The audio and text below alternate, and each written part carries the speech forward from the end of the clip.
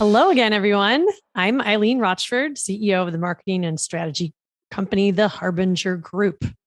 And I'm Rob Johnson, president of Rob Johnson Communications.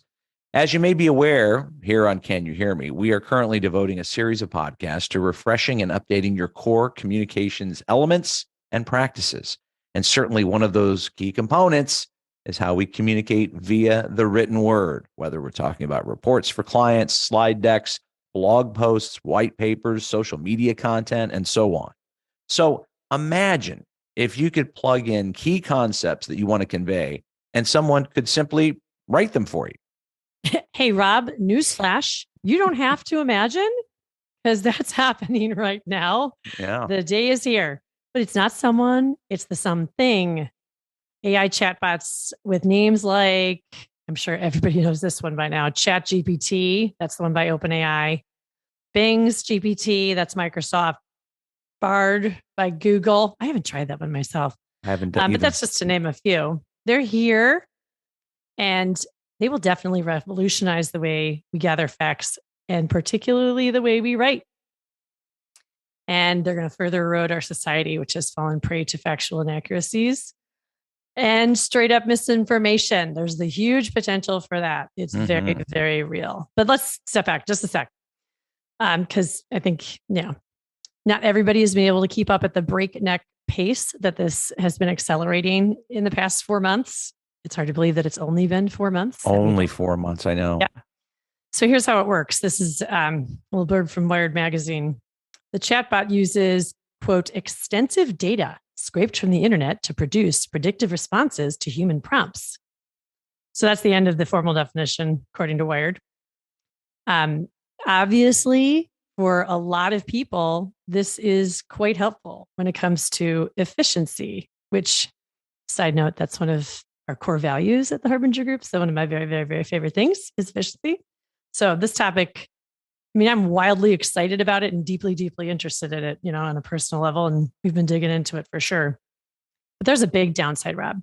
And I mentioned my love of efficiency because my immediate desire is to want to love this stuff and to use it and put it into play and basically harness all of its power. It's very exciting.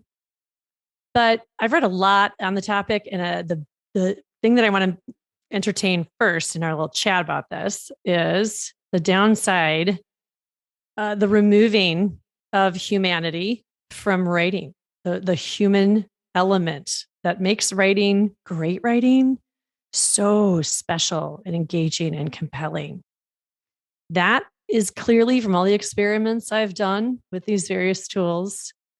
It's a giant gap that's left. It's like the writing is there. It checks the boxes, but it's super flat. It really is. And the thing too, Eileen, is because as consultants and communicators, we're paid for our ideas. We're hired for our ideas, our ability to write, to communicate, all of the above. And while your point about efficiency is spot on, because I'm always looking at ways to increase efficiencies, if you're doing it in a way, if you're using it in a way that is simply to help you save time, and all of a sudden the writing becomes a little vanilla, if you will, because that's kind of what it is, even though it's really incredible what it does. And I'm in the same boat you are. I'll talk about it in a couple of minutes, but I'm trying it on for size on a couple of projects I'm working on. I want to be able to use it, but I think and I think we're probably going to repeat this point as we go throughout this podcast. It's going to be used in ways, in certain instances. This isn't going to all of a sudden, oh my gosh, I don't, somebody might say, I don't like writing or this or that. I think most people in our business do like writing and do like having that humanity and do like having that style. And I think that there will be uses for this. And I think as we go along here, 4 months, you said 4 months. It's only been 4 months. Yeah. And it truly is developing right before our eyes. It's not on the way. It's not coming. It's here with all its flaws and that sort of thing. It is here. And everybody's trying to figure out how to maximize its efficiency. Yeah, the accelerating of the usage and the interest and use cases and things it's very hard to keep up with it in all sincerity. But bottom line for me is it cannot replace reasoning in full. We know that. The Right. ability, like, yeah, you can find patterns. Yeah, you can scrape data and synthesize information. Of course you can. And that's great. That's a jumpstart, right? But there's often lots of elements of common sense missing from the way that the writing, at least for the prompts that I've put in over the past few months. Yeah. There's an element of just pure and simple common sense that's missing. So that's interesting as well. I think there's a lot to be excited about here, but there's a lot to also kind of slow your roll on and pay attention to the pluses and the minuses, the pros and the cons. And I know we want to talk about it. We're going to talk about it a little bit later about one of the things I did just for this podcast to try to illustrate some of the pitfalls that you may run into. And I know you did the same thing as it related to kind of putting the word out about this podcast. So, I'm looking forward to sharing that just so people know it's not just something we're talking about. We're actually putting it to the test, not only in our own businesses, but we're also putting it to the test for relation to this particular podcast. So sure, here's some of the pros and the cons that come from ChatGPT's own website. This is straight from them. So the pros are: it remembers what the user said earlier in the conversation. It allows users to provide follow-up corrections, and it is trained to decline inappropriate requests. So that's good.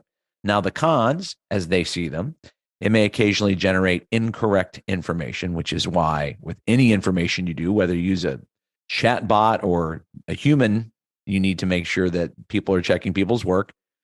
It may occasionally produce harmful instructions or biased content. And I thought this was interesting. It has limited knowledge of the world and events after 2021. So right. We're Which hopefully that's halfway through COVID, and here, yep. So no, I'm making light of that, but it's interesting because they keep providing updates like by the week or by the twice a month right now. And so it's surprising that it's like they even say, hey, after 2021, we're not great. For sure. Yeah. There's the inaccuracies, I think, are the biggest con, in my opinion, because in the way that the information is presented, often I've done a bunch of tests, and I'll reference Wharton, pardon me, a Wharton professor just very recently asked the Bing version, because that one uses GPT-4, and that version, the 4 version, connects to the internet. So it can get direct information off of current sites and more current information. So it's far more sophisticated. Anyway, the Wharton professor asked the Bing version to essentially go create a marketing plan for a gaming software that he was very, very knowledgeable of because he helped create it. So he used something that he was intimately familiar with, which was good because that increased his ability to identify inaccuracies, etc. So I bring this up because he had to put a lot of work into, and when I say a lot of work, it's fascinating because the point of his exercise was he gave it 30 minutes.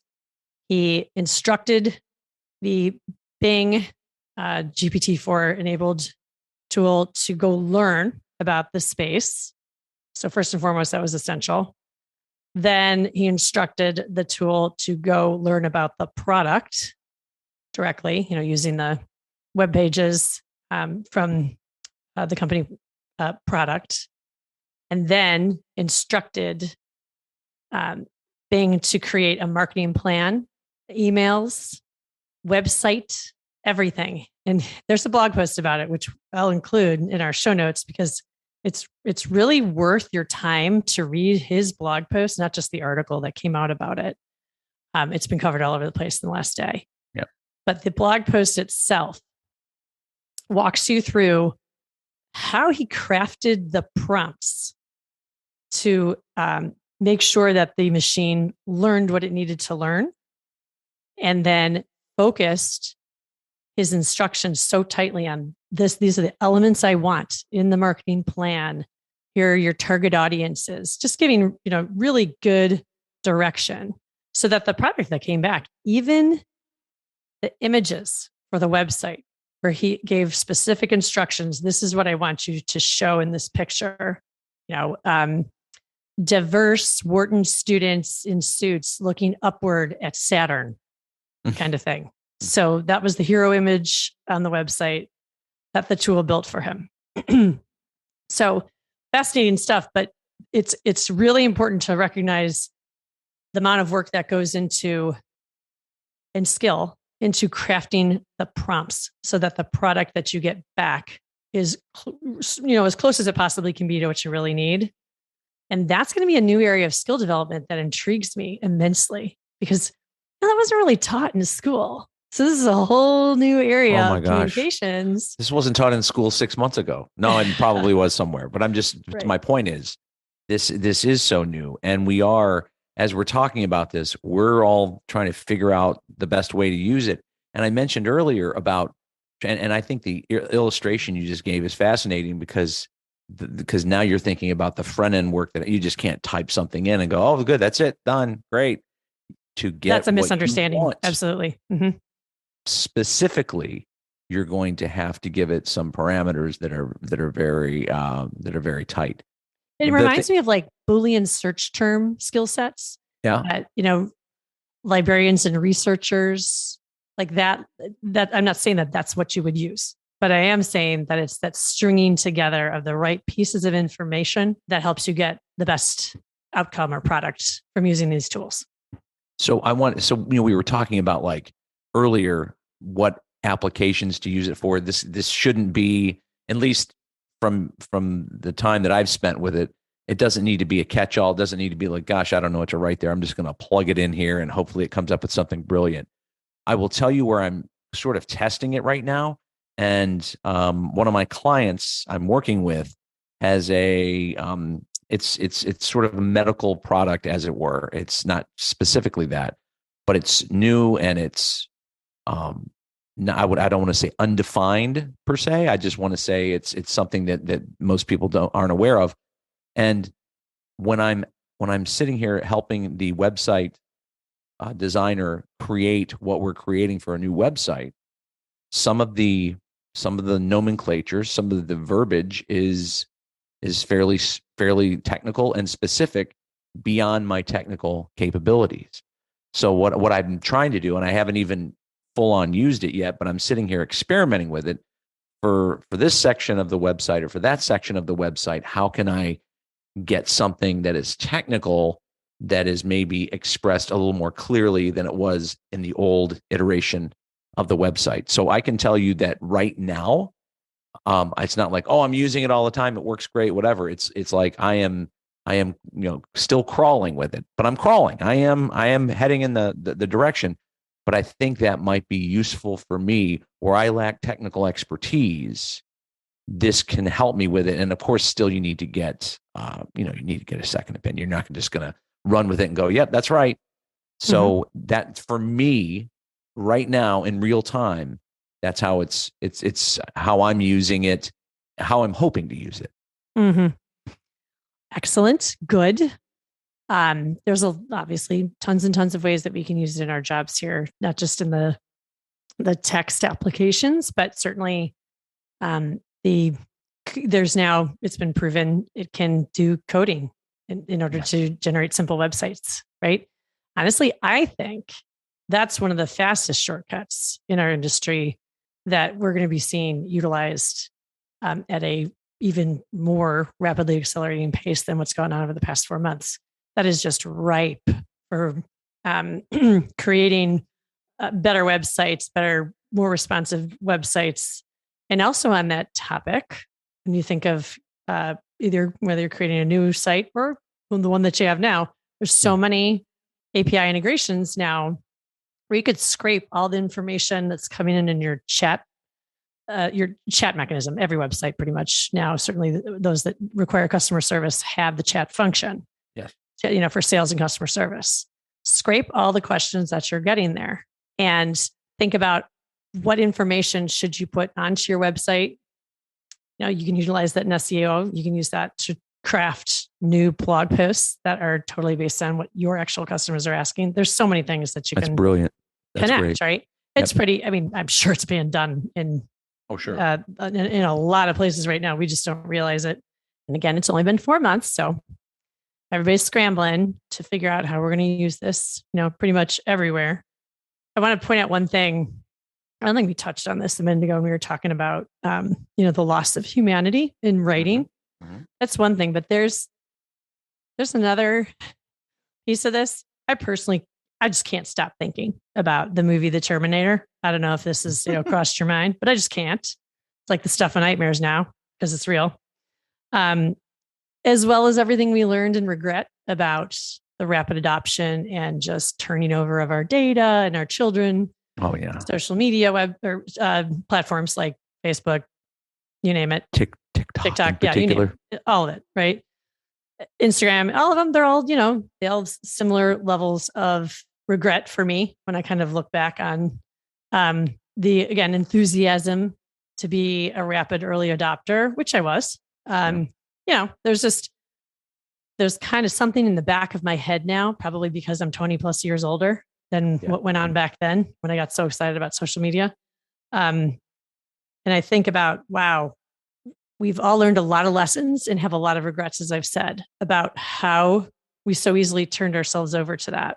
Oh, yeah. So this time around, the cautionary tale, let's hope maybe humans are able to learn something this time to do it a bit differently.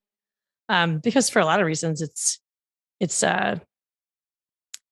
concerning. And that doesn't mean that it's not great, that the technology doesn't pose so many options for us for progress. That's absolutely not true. But it also poses a lot of potential downsides for us, just like what? Part of the human race. Okay, so OpenAI, they own ChatGPT. Their stated goal is to develop applied general intelligence, I believe it's called, to replace humans at any intellectual task. Humans at any intellectual task. I heard it the first time, and I was like, think about that. Do you not want to be an intellectually curious, able to perform, think, do human being? Do you want to just become something that has no value? I don't know. That part really troubles me. I can't put my finger on all the whys behind it. Yeah. But I do think it's something we need to be not just a tad bit concerned about, if we're sitting here pointing out the shortcomings there, I know we're also concerned about, say, misinformation. Right? Oh, absolutely. So we know that this, in its current form, and it will continue to, the outputs will contain misinformation or just inaccuracies, just things that are not correct. But the way that they're presented, it's in a blended format with facts. So you gloss over it when you read the output, the generated text, whatever form it takes. It's almost, I had to read the first 5 or 6 things that were produced. They were blog posts when I started using this a few months ago. I literally had to read them a number of times before I realized that's not even true. Right. But it sure sounds good. Yeah. But also their ability, the generative AI programs, I know you're concerned too about, distinguishing between fact and fiction. Right. And rightly so. I mean, volumes of experts have sounded the alarm bells about this. They have the potential, these chatbots, to accelerate the misinformation nightmare. There's no question about it. Here's a few of the reasons why. Generative AI programs, they don't clearly distinguish between fact and fiction because they can't. They're just finding patterns. They've also been known to make things up as they try to satisfy our inquiries, because that's what they're created for, to make the end user happy, and to make them want to come back and use it again. Because this is going to be, and very soon, a profitable income generating platform that the likes of social media scale. No doubt about it. No question. Of course, they want to make us happy, because when we're happy, we come back and we try it again. Right. And we keep buying it. We keep So paying it's for it. dangerous. It's totally dangerous because if we're happy with it and we think, oh, great, and we're losing that intellectual ability to do our own reasoning, because in 2 generations, that's probably what's going to happen. Yeah. Right. But even day by day at the pace that's being used now. So there's a definite reason for those alarm bells being wrong. Remember when Google recently had their embarrassing incident with their Bard tool? Yeah. Cost them $100 billion hit to the stock price because the tool made a mistake on a historical fact in a public marketing video that was being used to tout how advanced it was. Hello, this is how irony. great we are. Oops. Come on. And 100 billion. That's not million. That's a billion. Right. $1 million would have been like, yes, so what to them, right? Whatever.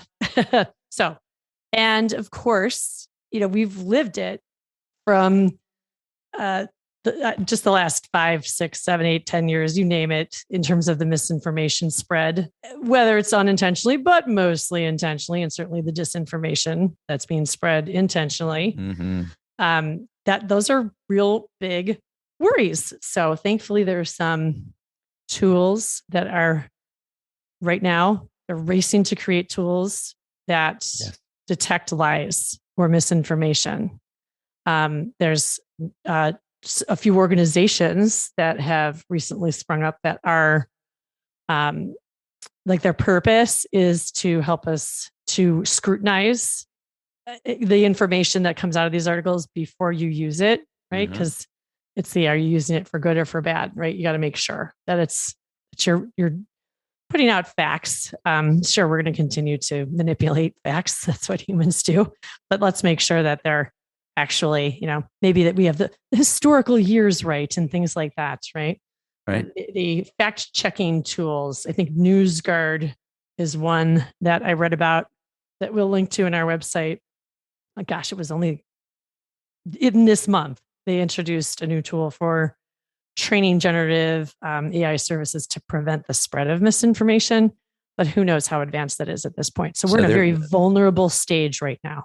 And they're also trying, as it relates to academics, and I know that's not where we're focused necessarily, but I'm sure people have thought, well, why can't kids go plagiarize papers? Well, they're also coming up with those fences around that to try to be able to indicate if it was authentically done or if it was something that was done by a chatbot. So that is certainly rife potentially for plagiarism, if you will, and they need to make sure that kids are actually learning something. So 2 generations from now, they've actually retained something. Yeah, right. They still have some of those human skills that make us human. Right. Yeah, and make us want to continue being human. Right. So why don't you share your example on the about the blog post you wrote? I thought this was really interesting because you sent it to me before we recorded this. I did. Okay, so this morning I asked Bing, and again, that's the one, remember, that utilizes the ChatGPT 4, which is the most evolved version that connects to the internet. That's important because not all of them do. I asked them to write a blog post about our show. Can you hear me? I said, please tell potential listeners what the show is about, a little bit about us as co-hosts, the topics we discuss, and incentivize potential listeners to subscribe. So basically, that was the gist of my prompt. Don't want to go back and find the actual prompt, but it was along those lines. And what happened is, what came back was this mishmash of, honestly, just really I didn't recognize watered it. You didn't recognize it. I didn't either. It was like, but when the third time I went back and read it, I did find in that there was a bulleted list of topics we discussed. I have to say that we have touched on some of those topics. That's absolutely true. But they didn't put it in hierarchy. They made it sound like it was a core component of what we did, like one of the main bullet points in there. And you're right, we may have touched on those things, but it wasn't. That wasn't what the purpose of this is, and that's not who we are. Right? That was crazy to read that about our podcast. And that's why I did it, because I was trying to mimic the thinking of the Wharton professor who used something that he is intimately familiar with so that he could really gauge, is this accurate? not a topic he's trying to learn more about or pretend he's a good writer about, but something that, he intimately knows. So that's what I did.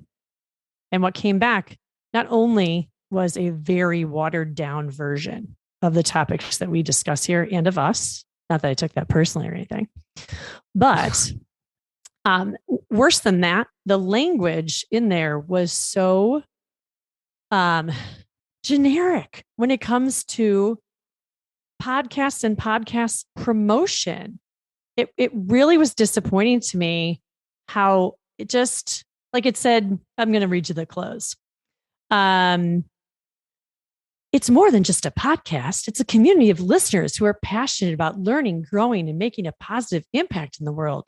By subscribing to the podcast, you will not only get access to new episodes every week, but also to exclusive bonus content, such as behind the scenes interviews, Q&A sessions, and live events.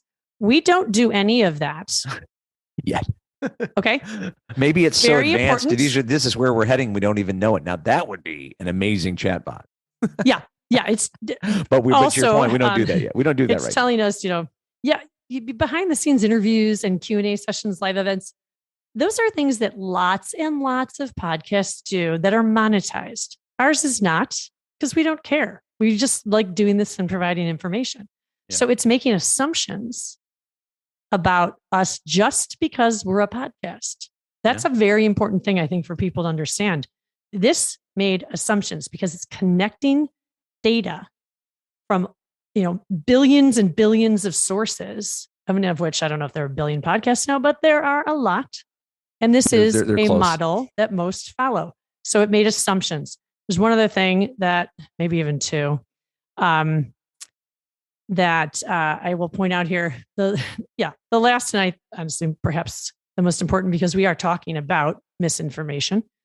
What are you waiting for? Join the community today and discover the power of listening. To subscribe to the podcast, visit www.canyouhearmepodcast.com. That is not our web address. That is not where our shows can be found. That website doesn't even exist. Again, maybe we should get that. Maybe we should save that. For sure. Website. Good advice. I hear you. Thank you for telling me what I should be doing. I understand that. We haven't done it yet, but thank you for spreading. Well, and that's misinformation. That's not intentional. It's just they're just making definition. It up. They just made it up, and that's what I think. When I said earlier, it's the blending together of factual information, because that's the stuff that they've pulled. Yeah. From all the data points and made, the connections that they make. That's what AI does. And the general information, right? And then it takes, I'm just going to say, well, of course, this is their website. What? Right. How did you even conclude that when I sent you the actual website? Yeah. Right. So that's disturbing. And I just, I thought it would be good to point out to people that what you're going to get out of here for different purposes is not exactly, it is never going to be something that you can use on the first draft. That goes without saying, but be careful about these. Read with, and this is only what humans can do, read for accuracy.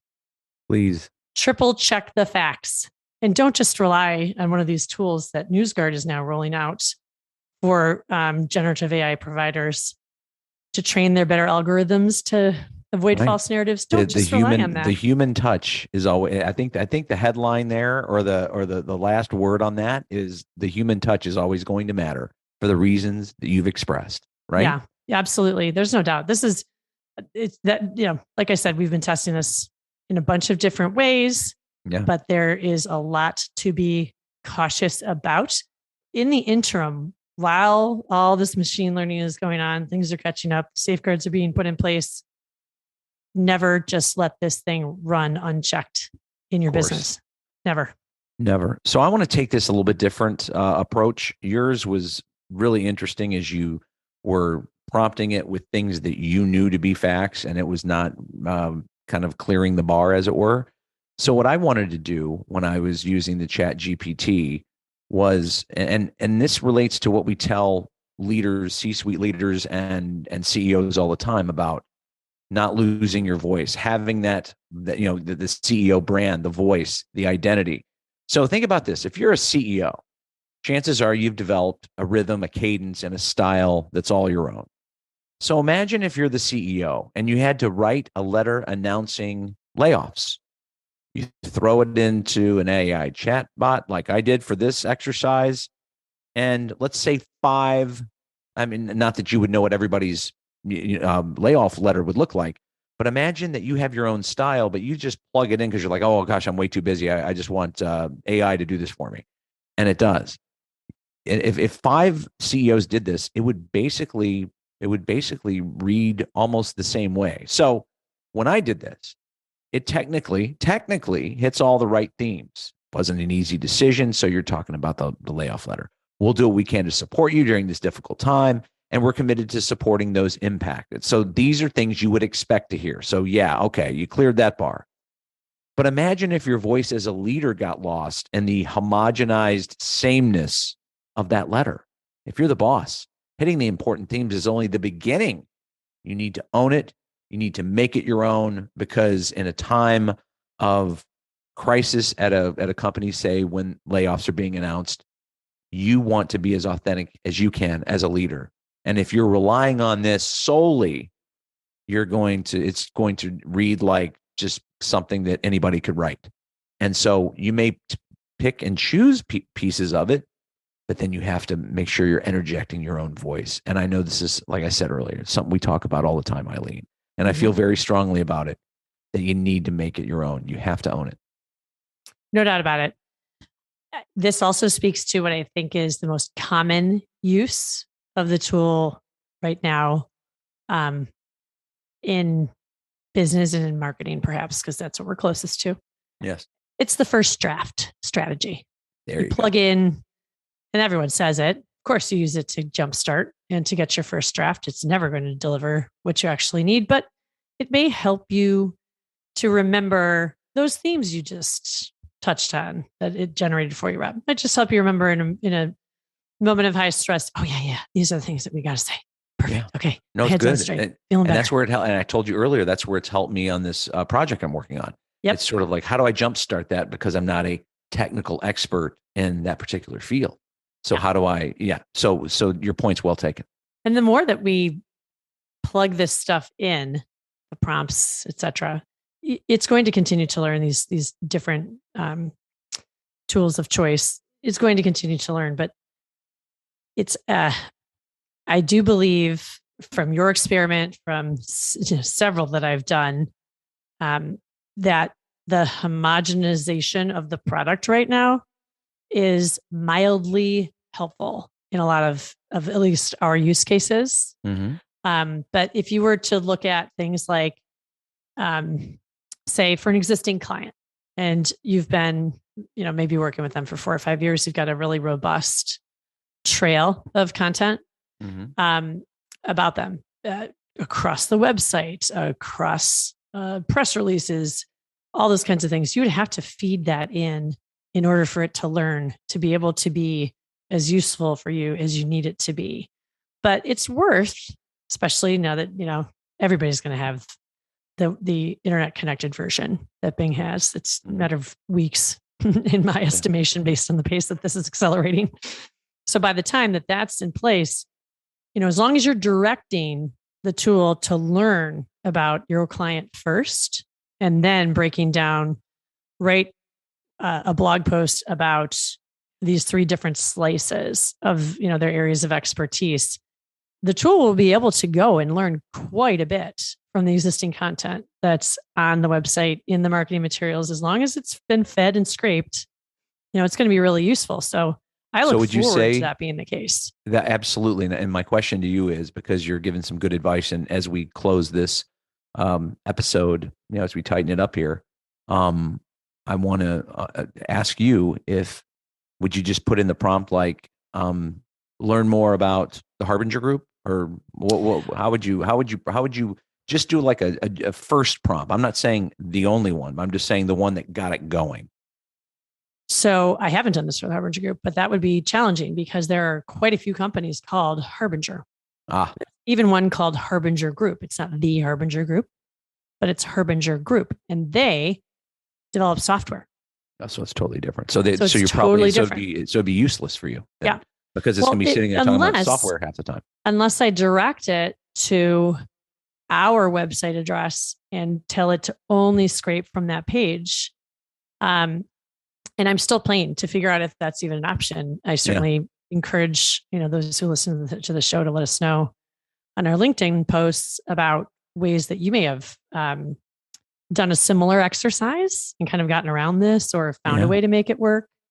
I'm reading about it every day, but I still got my day job, guys. So any advice? That darn job just gets in the way so often, doesn't it? But I think the point you're making here is it's like, we're still learning. This is cool. And we're offering some advice based upon our limited experience with it, but we're also learning too. And so we want to learn as much as we can. And speaking of learning, and I know you feel very strongly about the On Tech piece in the New York Times, because it's their newsletter, right? Yep. Yeah, it's offering some great advice about chatbots and AI. So I think it's a series that is going to be playing out in 5 parts, but I believe the first has just come out. So it's a step-by-step guide to becoming a master of AI. So they promise. But I think it's going to be pretty cool. I like their format. So if you're, kind of a newbie, which I absolutely put myself in the novice category, even though I've been really trying to learn about this for several months since it became something that's available on, to people like us. Let's just put it that way. But we weren't invited to all the other fun things that were going on for the testing before. But it's Kevin Roos and Cade Metz there. The columnists, newsletter writers, and they also write lots on the subject of AI for the New York Times. So just sign up, where you go to the New York Times. We'll put this in the show notes too, the link, but you just have to sign up to get their newsletter, that specific one on tech. And they will teach you a lot in this 5-part series, starting with, grounding in what is artificial intelligence and how does it work? And I think it's going to be really helpful, not only for us, but for everybody that cares about this subject. And I think it's just fascinating. And I'm glad that you kind of alerted me to it, and you're alerting everybody else to it. So it starts with the first one Eileen was talking about, and then it's how do chatbots work? How can they go wrong? How can you use them right now? Where are they headed? So it's a good 5-part series that I think a lot of people will find useful.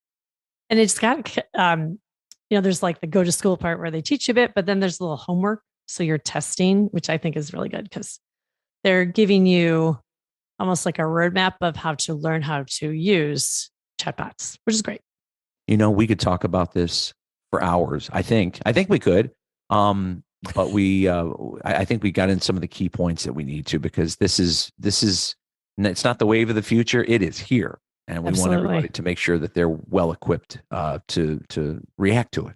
Yeah. I consider this part 1 of our own exploration of the use of chatbots, because next I want to talk about, not in the next episode, but when we get at this again, I'd love to talk about the specific use of AI writing tools, not just like chatbots are prompt based, but there's lots of other tools that are just as advanced that help you write longer form content, which is what you and I do quite a bit of in this business. So yes, it is. I'm sure lots of our listeners will be interested as we explore the different tools that are AI enabled for longer form writing. We can talk about that on another episode. But for today, that's going to do it for this episode of Can You Hear Me?